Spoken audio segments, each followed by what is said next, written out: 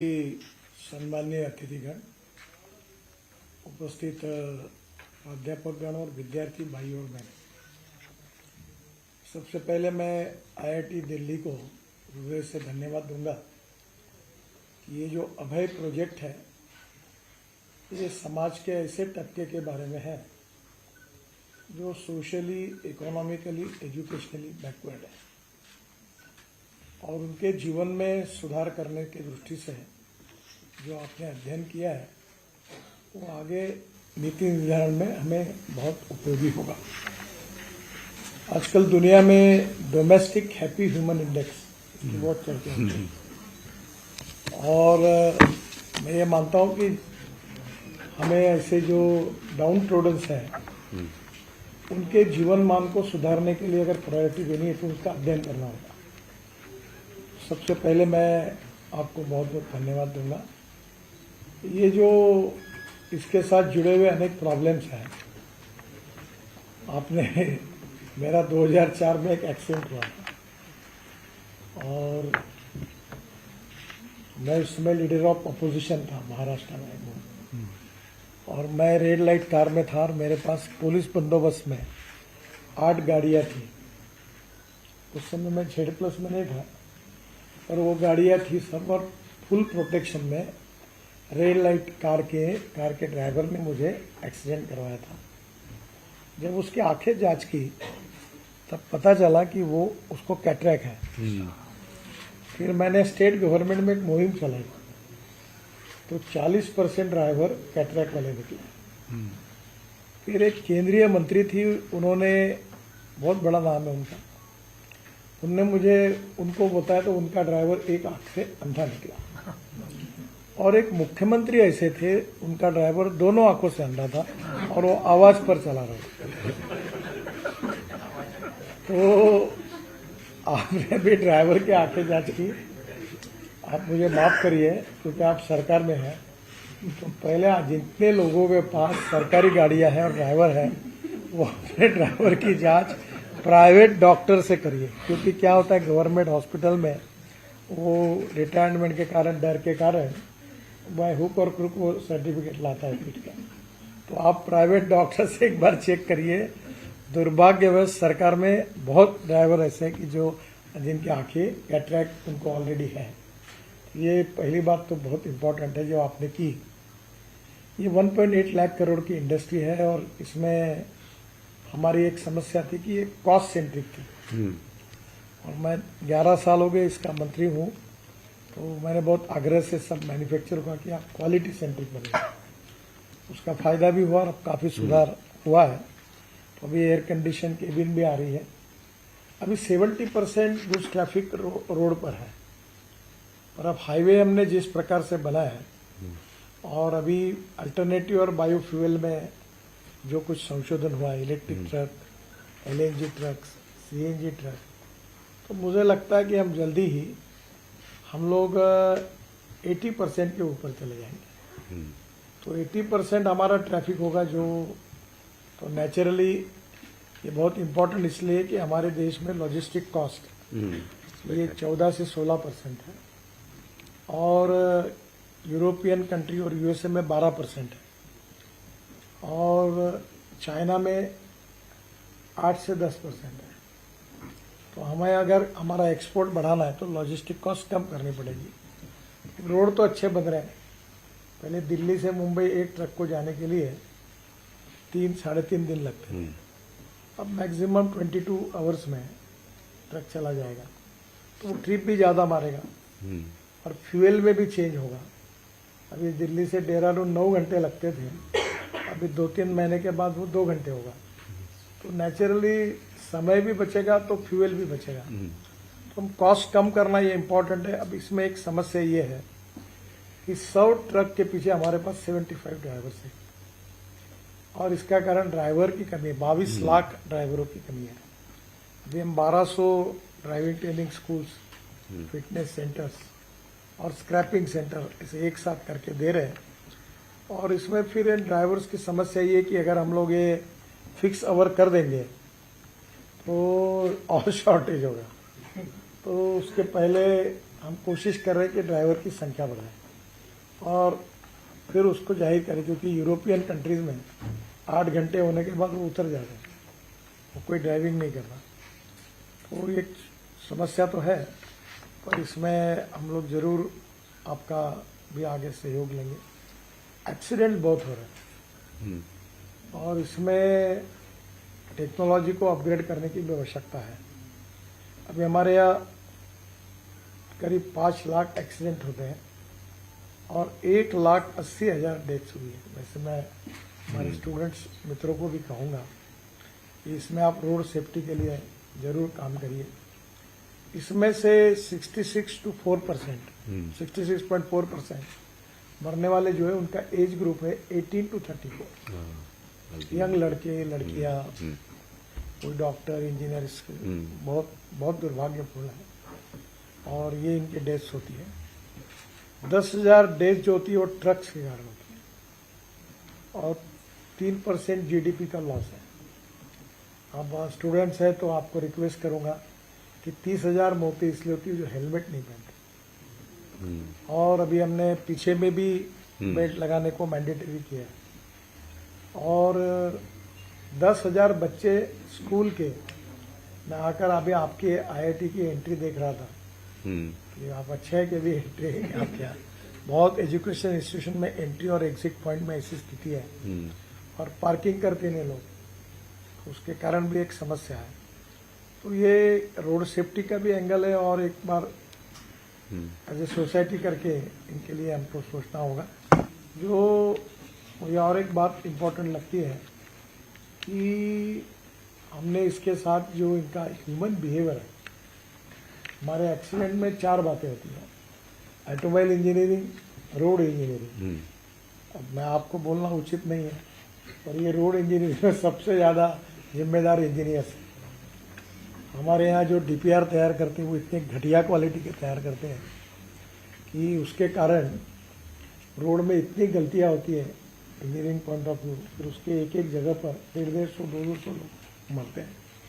तो हमारी प्रॉब्लम है, डीपीआर में लोएस्ट आता है उसको हम देते हैं, अभी हम कुछ सुधार कर रहे हैं। तो डीपीआर डिटेल प्रोजेक्ट रिपोर्ट अगर क्वालिटेटिव बनेगा तो एक्सीडेंट नहीं होगा।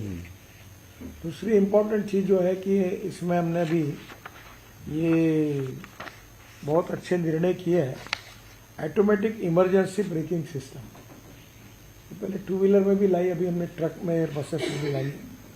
इलेक्ट्रॉनिक स्टेबिलिटी कंट्रोल और ट्रक बॉडी कोड ये भी हमने बनाया, बस कोड भी बनाया और अभी एक मुदत होती है वो देने के बाद उसको भी लागू करेंगे। तो स्वाभाविक रूप से ऑटोमोबाइल इंजीनियरिंग और रोड इंजीनियरिंग में सुधार करना हमारी जिम्मेदारी है। इन्फोर्समेंट के लिए कानून भी कड़क हुआ है, पर जो एजुकेशन है उसमें ह्यूमन बिहेवियर को बदलना हमारे हाथ में नहीं है। अभी 2-4 दिन पहले मुंबई में अमिताभ बच्चन जी और मिलकर हम एक दिन भर रोड सेफ्टी का कार्यक्रम हुआ था, काफ़ी लोग एक्सपर्ट्स आए थे। ह्यूमन बिहेवियर जो बदलना है वो स्टूडेंट इसमें ही बदल सकता है। तो सबसे इम्पोर्टेंट चीज़ है कि ह्यूमन बिहेवियर बदलने में आपके प्रोजेक्ट में कुछ हो सकता है क्या, देखिए ये भी इम्पोर्टेंट है। क्योंकि और मेरा सुझाव है कि इसको टेक्नोलॉजी का उपयोग करके अगर हम लोग ये आजकल एनजीओज भी बहुत हमको मिलते हैं जो काम कर रहे हैं। मैंने अभी 1 लाख लोगों को चश्मे दिए। मैं भी हेल्थ सेक्टर में सोशल एनजीओ के रूप में काम करता हूँ। बहुत बड़े प्रमाण पर लोग काम करने के लिए तैयार होते हैं। तो ये जो स्टूडेंट्स है पर्टिकुलरली, अभी हमने जो नेहरू युवा केंद्र में 1.25 करोड़ वॉलंटियर्स हैं, तो आपके भी स्टूडेंट थोड़े बहुत प्रमाण में इसमें काम करने के लाएंगे तो वो भी होगा। अभी मुझे लगता है कि जो ड्राइवर्स ट्रेनिंग स्कूल्स हैं, हमारा देश दुनिया में पहले नंबर पर है, यहाँ सबसे आसानी से लाइसेंस मिलता है। अमेरिका में लोग ऐसे परीक्षा एक किताब पढ़ के 1-1 महीना स्टडी करके हम लोग वहाँ एक लाइसेंस मिलता है और हमारे यहाँ तो बहुत आसानी से मिलता है। ज़्यादा तो मैं बोल नहीं पाऊँगा। एक बार मैं महाराष्ट्र के असेंबली में मुख्यमंत्री और ट्रांसपोर्ट मंत्री का भी लाइसेंस मैंने बनाकर हाउस में दे दिया था। हमारे आरटीओ बड़े ट्रांसपेरेंट हैं वो बिना देखे पैसे मिल गए कि ठप्पा मारे लेकिन मैंने उनके नाम के बनाए हुए लाइसेंस हाउस में सब किए थे। तो कहीं ना कहीं सिस्टम को भी हमने काफ़ी बदला है। अभी जो आप बता रहे थे वो डिजिटल लॉकर हमने लॉन्च किया, तो जिसमें आप मोबाइल फ़ोन पे वो सब दिखा सकते हैं, उसमें आप उसको ये एंट्री कर सकते हैं। मैं बहुत आपको धन्यवाद दूंगा। और ये एक पहल है, ये इनके जीवन को, इनके डोमेस्टिक हैप्पी वुमन इंडेक्स को सुधारने की कोशिश सरकार कर रही है। योजनाएं अनेक हैं, पर वो इसको आधार के साथ लिंक किया जा सकता है। सो ऑलरेडी ड्राइविंग लाइसेंस का लिंक शायद आधार के साथ हमारे ऑलरेडी है। हमारा एक वाहन करके पोर्टल, उसके साथ भी टेक्नोलॉजी का उपयोग करके काफ़ी कुछ बातें इसमें हो सकती है। हाँ, तो जितना हम लोग लिंक कर सके उतना अच्छा है। तो वाहन का उपयोग भी हम कर सकते हैं। और ये जो ड्राइवर है, वैसे मेजोरिटी जो मैं ग्रास रूट पे देखता हूँ, पहले कंडक्टर होता है और रात को 10 बजे के बाद जब ट्रक खड़ा होता है, कंडक्टर का ट्रेनिंग शुरू होता है फिर वो ड्राइवर बनता है। तो अभी हम लोग कोशिश कर रहे हैं, अभी बड़े बड़े मैन्युफैक्चरर है, उन्होंने भी ड्राइविंग ट्रेनिंग स्कूल खोली है। तो ये एक उसके लिए हमने एक ऑब्जेक्टिव एग्जामिनेशन कंप्यूटर पर बैठकर आसानी से वो दे सके, ऐसे कर रहे हैं, ताकि इसका सीरियसनेस भी आए और थोड़ा सा ह्यूमन बिहेवियर बदलने में उपयोग होगा। मैं आपको बहुत बहुत धन्यवाद देता हूँ। आपने इस प्रोजेक्ट में, इसका संबंध एक प्रकार से रोड सेफ्टी से भी है, और ये अभी ट्रक का जो ट्रांसपोर्ट है वो बढ़ने वाला है। जैसे मैं कहता था कि पहली priority waterways, second priority railway, third road and fourth aviation, पर हम लोग लगातार ट्रैफिक बढ़ते जा रहे हैं। अब वो अच्छी स्थिति नहीं है, पर वाटरवेज डेवलप करने का कोशिश हमने की। मैं जब मंत्री था तो ब्रह्मपुत्रा, गंगा में हुए, उसमें पानी पे जाने में जो कॉस्ट है वो 1 रुपया है और ट्रक से जाने में 10 रुपये, रेलवे से 6 रुपये है। तो वाटर ट्रांसपोर्ट जो है वो सबसे अच्छा है। और यूरोपियन देशों में सब जो बड़े बड़े इंडस्ट्रियल एरियाज है वो रिवर के इस पर बाजू में है, ताकि वो कंटेनर को बोर्ड तक पहुंचाते हैं। उनकी लॉजिस्टिक कॉस्ट काफ़ी कम होती है। फिर हमारे देश में कोई पर्याय नहीं है, तो वाटर वेस्ट कुछ प्रमाण में होंगे, पर उसके साथ अभी हम लोग ये ट्रक में, उसकी क्वालिटी में, उसके स्टैंडर्ड्स में, फ्यूल में जो सुधार कर रहे हैं, उसमें मुझे लगता है आने वाले 2-3 साल में बहुत चेंजेस आ जाएंगे और काफ़ी अच्छी अलग फ्यूल पे। अभी मैं आज आपके कॉलेज में आया हूँ, तो वर्ल्ड की पहली इनोवा है जिसमें आया हूँ, जो यूरो 6 की इमिशन नॉर्म्स को कंप्लाई करती है और जो 100% बायो इथेनॉल पर चलती है, नो पेट्रोल। तो उसका एवरेज जो है 60% बिजली तैयार करती है और 40% इथेनॉल जो मक्के से, बोकन राइस से, बरेली से, और अभी हम लोग शुगर केन जूस मोलाइसिस से बना रहे हैं, तो वो एग्रीकल्चर से आता है। तो अभी बड़े प्रमाण पर हम लोग अभी Toyota, Hyundai, Suzuki, Mahindra, Tata, 5 कंपनियों ने अभी फ्लेक्स इंजन लाया है अभी जो एग्जीबिशन में, और डंडा लेके उनके पीछे पड़ा क्योंकि ये 22 लाख करोड़ का फॉसिल फ्यूल का इंपोर्ट है। तो इलेक्ट्रिक पॉपुलर हो गया। अभी इथेनॉल भी काफ़ी आ गया। अभी 400 पंप इंडियन ऑयल ने इथेनॉल पे खोले, और अभी ethanol, methanol, biodiesel, LNG, CNG, electric और हाइड्रोजन, ये फ्यूचर की फ्यूल है। हाइड्रोजन में भी मैं हाइड्रोजन की गाड़ी का, मैं पेट्रोल, डीजल और फॉसिल फ्यूल के खिलाफ मैं कैंपेन करता हूँ, ये मत यूज़ करो। तो मैं हाइड्रोजन की गाड़ी आज नहीं लाने के लिए भूल गया। मेरे पास हाइड्रोजन की गाड़ी है, उसका नाम है मिराई। तो जापानी वर्ड है, टोयोटो की है। Mirai means future. तो नेचुरली आपके यहाँ रिसर्च होता है, तो मैंने बनर्जी साहब को एक रिक्वेस्ट की कि रिसर्च जो है वो नीड बेस होना चाहिए। रिसर्च जो है वो कौन सा रॉ मटेरियल वेस्ट अवेलेबल है उसके ऊपर होना चाहिए, जो कम्युनिटी है वहाँ की उनके इंटरेस्ट का होना चाहिए। तो ये जो, और उसमें proven technology, economic viability, ability of raw material और मार्केटिंग फिनिश प्रोडक्ट, तो कभी कभी बहुत से रिसर्च में जो होता है वो इकोनॉमिकली वायबल है। तो हमारे ऑटोमोबाइल सेक्टर में भी अब बहुत बड़े प्रमाण पर चेंजेस हैं। हमारे रोड सेक्टर में भी मैं आपको रिक्वेस्ट करूंगा कि हम लोग टनेल्स के लिए, रोड्स के लिए और ब्रिजेस के लिए एक एक IIT को हम पैसा देने के लिए तैयार हैं। आपको मैं एक अच्छी बात बताता हूँ, चेन्नई IIT में मैं शिपिंग मंत्री था, तो एक हल्दिया पोर्ट में एक टनल, एक चैनल थी। तो वो चैनल चालू करने के बारे में मेरे साथ एक IIT ग्रेजुएट काम करता था वैसे वर्ल्ड बैंक में, अरुण नरेंद्रनाथ करके, तो वो बड़ा होशियार था। तो उसने मुझे अध्ययन करके बोला कि ये टनल करेंगे तो अपना जो हर साल का 350-400 करोड़ ड्रेजिंग का लगता है वो 100-150 करोड़ में काम होते 200-250 करोड़ बचेंगे। तो मैंने तुरंत पोर्ट के चेयरमैन को कहा, तो उसका कुछ लेना देना होगा पहले का। तो उसने कहा कि sir no, this is not feasible. उसने निगेटिव रिपोर्ट दिया। अरुण नरेंद्रनाथ बोले कि ये झूठ बोल रहा है। तो मैंने IIT चेन्नई के एक प्रोफेसर को और उन्होंने एक ऑस्ट्रेलियन कंसल्टेंट को उनको काम दिया और उन्होंने स्टडी करके कहा कि हो सकता है। और वो चैनल में हमने ड्रेजिंग किया, तब से हल्दिया पोर्ट के हमारे साल के 250 करोड़ बचेंगे। ये IIT का कॉन्ट्रीब्यूशन।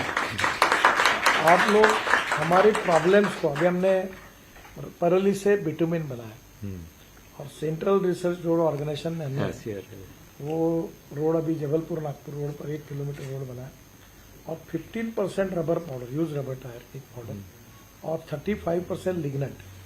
जैसे ये 400 प्रोजेक्ट हमारे यहाँ हो रहे जो राइस स्ट्रॉ से, परली से बायो CNG बना रहे हैं, उसमें 35% लिग्नेंट निकलता है।